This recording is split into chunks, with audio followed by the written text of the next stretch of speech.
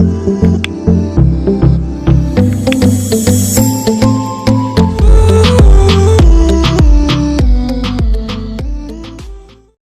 हो कि जाडो थाम्छ थाम्दैन त्यो चाहिँ के हो त्यसको स्ट्रेन्थ हो। त्यस्तै भने जस्तै क्विक सेटिङ भनेपछि के हुने भयो पानीमा राखेपछि सेट चाहिँ हुने भयो तर यसलाई के भने स्ट्रेन्थको लागि फेरि अलिकति टाइम चाहिँ लाग्छ है त।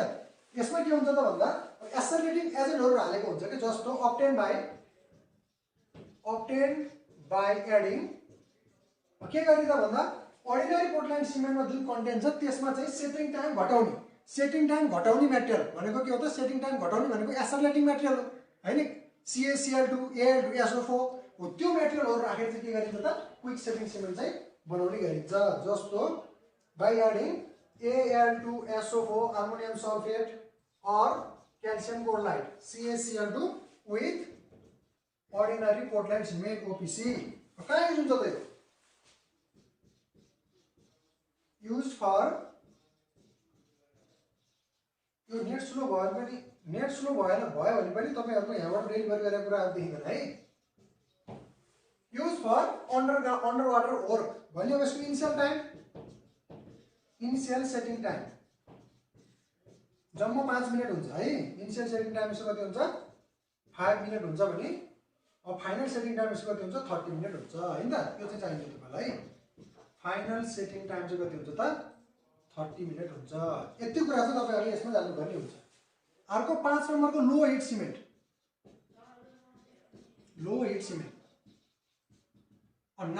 नामबाटै बुझिन्छ हेर्नुस् है नामबाटै बुझिन्छ नाम के छ लो हिट सिमेन्ट भनेको के हो सिमेन्टको काम गर्दाखेरि के हुनु पर्यो अहिले सुन्नु भएको छ नेटको प्रब्लम भयो भने कम सुनिन्छ है सुन्नु भएको छ हुन्छ म ठुलो हेर्नु सुन्नु भएको छ छैन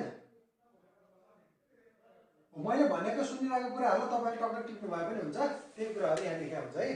अर्को हेर्नुस् त अर्को भनेको लो हिट सिमेन्ट नामै के छ लो अनि हिट अब हेर्नुस् जति धेरै हिट धेरै प्रोड्युस हुने भनेको के हो रेट अफ हाइड्रेसन फास्ट हुने हो हिट धेरै निस्किनु भनेको के हो रेट अफ हाइड्रेसन के हुने फास्ट हुने हो।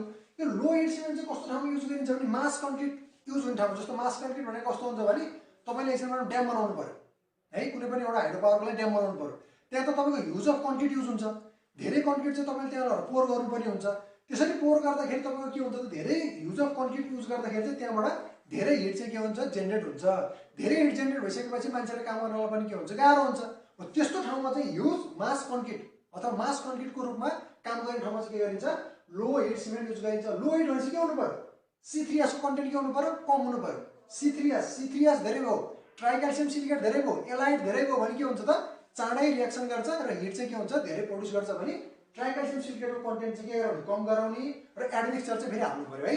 चाँडै अब कस्तो ठाउँ कस्तो हुन सक्छ भने ड्यामहरु बनाउँदा चाँडै सेट हुनु परेछ भने के गर्ने यो Al2SO4 CaCl2 को कन्टेन्ट बढाउन सकिन्छ त्यो चाहिँ काम गर्न सकिन्छ तर मेन काम लो हिट भनेको के हो त भन्दा रेट अफ रिएक्सनलाई के गर्ने कम गराउने जस्तो धेरै ठाउँ धेरै कन्क्रिटहरु युज गरेर कुनै स्ट्रक्चर बनाउनु पर्ने छ भने त्यो ठाउँमा के गरिन्छ लो हिट सिमेन्ट युज गर्ने गरिन्छ।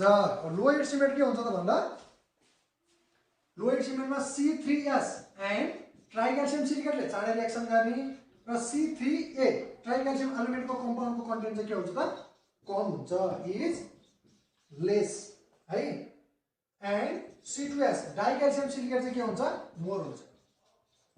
भर्खर यो 5-7 मिनेट भयो धेरै भएन है। त्यसपछि के हुन्छ रेट अफ रिएक्सन चाहिँ स्लो हुन्छ यसको है हजुर rate of reaction is slow भर्खर यो used in mass concrete work example भनेको ड्याम कन्स्ट्रक्सन भर्खर क्लास स्टार्ट भयो यति लेखेको छ टाइप्स अफ सिमेन्टमा हामीले हिजो पढेकोबाट बढ्दैमै कन्टिन्यू हो। एउटा क्विक सेटिङ सिमेन्ट आयो नामै क्विक सेट छ चाँडै सेट गर्नुपर्ने ठाउँमा चाहिँ क्विक सेटिङ सिमेन्ट युज गरिन्छ। चाँडै सेट गर्नुपर्ने भनेको कारण कहाँ हुन्छ अन्डर वाटर अथवा अन्डरग्राउन्ड स्ट्रक्चरहरु बनाउनु पर्यो भने चाँडै सेट गर्नुपर्ने हुन्छ। चाँडै सेट गराउनको लागि कस्तो खालको सिमेन्ट युज गर्ने क्विक जसमा के हुन्छ त भन्दा अर्डिनरी पोर्टल्यान्ड सिमेन्ट OPC सिमेन्टमा भएको कन्टेन्टमा Al2SO4 एल्युमिनियम सल्फेट र क्याल्सियम क्लोराइड यो चाहिँ एसोलेटिङ एजेन्ट हो। यिनीहरु चाहिँ एडमिक्सचर हाल्ने के गरिन्छ त भन्दा क्विक सेटिङ सिमेन्ट बनाइन्छ। क्विक सेटिङ सिमेन्टको चाहिँ इनिशियल सेटिङ टाइम 5 मिनेट भने फाइनल सेटिङ टाइम 40 मिनेट हुन्छ। भने अर्को चाहिँ के हेर्यो लो हिट सिमेन्ट नामै के छ लो हिट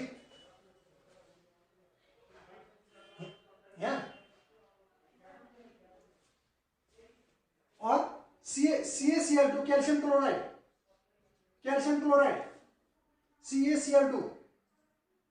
है भने अर्को चाहिँ लो हिट सिमेन्ट भनेको हिट चाहिँ के हुनु पर्यो कम जेनेरेट हुनु पर्यो भनेको ठुलो हेभी स्ट्रक्चरहरु बनाउँदाखेरि के हुन्छ त भन्दा हामीले नर्मल सिमेन्ट युज गर्यौं भने तपाईलाई थाहा छ कुनै सिमेन्टको काम गर्नु हो भने सिमेन्टले मान्छेलाई पोल्छ हातले काम गर्यो भने हातले छाला खान्छ हैन हिट धेरै जेनेरेट हुन्छ। नर्मल घरको काम गर्दा भने ड्यामहरु ठुलठुलो मास कन्क्रिट स्ट्रक्चरहरु बनाउनु पर्दा त्यो ठाउँमा के हुन्छ हिट धेरै जेनेरेट नहोस् भनेर त्यस्तो ठाउँमा चाहिँ लो हिट सिमेन्ट युज गरिन्छ।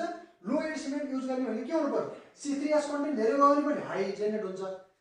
अनि C3A भनेको ट्राइक्याल्सियम एल्युमिनेट युज भएको सिमेन्ट धेरै भएको सिमेन्ट युज गर्यो भने धेरै जेनेरेट हुन्छ। त्यो यो दुईटा कन्टेन्ट चाहिँ कम भएको के गर्नु पर्यो कम भएको र डाइक्याल्सियम सिलिकेट धेरै भएको सिमेन्टले के भनिन्छ लो हिट सिमेन्ट भनिन्छ जसमा रेट अफ रिएक्सन चाहिँ के हुन्छ स्लो हुन्छ। अब एक्जाम्पल ड्याम कन्स्ट्रक्सन है यो कुरो ल खिच्नुस् त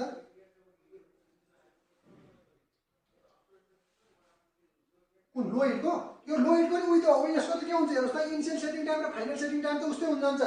यो जुनको लेखा छैन त्यसको उस्तै हुन जान्छ है ओपीसी सिमेन्टको जस्तै हुन जान्छ है। रेट अफ रिएक्सनको कुरो मात्रै गरिरहेछ है सबैको चाहिँदैन तपाईहरुलाई।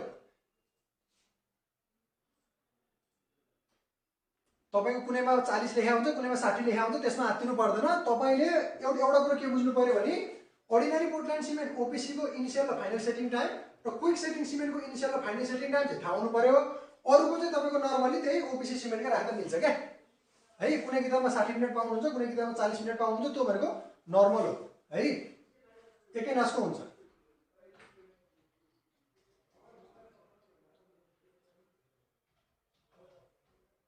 भिडियो क्लियर नआउनुमा नेटको पनि समस्या हुन्छ है। नेट यहाँबाट मात्रै स्लो भएर हुन्न तपाईँ रिसिभरको पनि नेट स्लो भयो भने के हुन्छ भने यहाँबाट पठाएको कुराहरू कतै चाहिँ पुगिरा हुन्छ कतै पुग्या हुँदैन।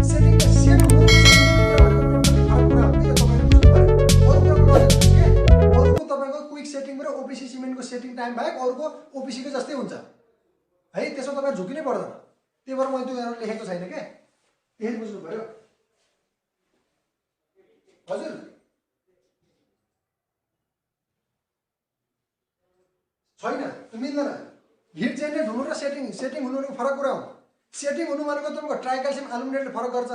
हिट जेनेरेट हुनु भनेको डाइक्याल्सियम सिलिकेट र ट्राइक्याल्सियम सिलिकेटले फरक गर्छ। तपाईहरु मैले जन त्यो पीपी के अरे सिमेन्टको चाहिँ कम्पोजिसनहरु बोकी कम्पाउन्ड हुँदाखेरि मैले मासु डिस्क्राइब गरिदिए हो नि सेटिङ टाइम कुनले गर्ने हो कुनले रेट अफ रिएक्सन गर्ने हो त्यो कुरा मात्रै तपाईहरु पहिले हेर्नु पर्यो के है। पीपीसी अब हामी सुन्दै आएको हेर्नुस् पोर्टल्यान्ड पोजोलानिक सिमेन्ट ओपीसी सिमेन्ट र पीपीसी सिमेन्ट भनेर सुनिन्छ नि यो पीपीसी सिमेन्टमा के हुन्छ पोजोलानिक मेटेरियल हालेको हुन्छ ओपीसी सिमेन्टमा पोजोलानिक मेटेरियल हालेको हुँदैन यो पोजोलानिक मेटेरियल भनेको के हो त भन्दा आफैमा चाहिँ केही पनि होइन फेरि आफैमा चाहिँ कुनै पनि सिमेन्टिङ यसले फोर्स दिँदैन भनेको आफैमा यो केही पनि होइन तर यो पोजोलानिक मेटेरियलले सिमेन्टमा भएको अरू मेटेरियलसँग चाहिँ के गर्छ अरू कम्पोजिसनसँग रिएक्सन गरिसकेपछि चाहिँ सिमेन्टिङ प्रोपर्टी दिन्छ सिमेन्टिङ भनेको स्ट्रेन्थ दिने प्रोपर्टी दिन्छ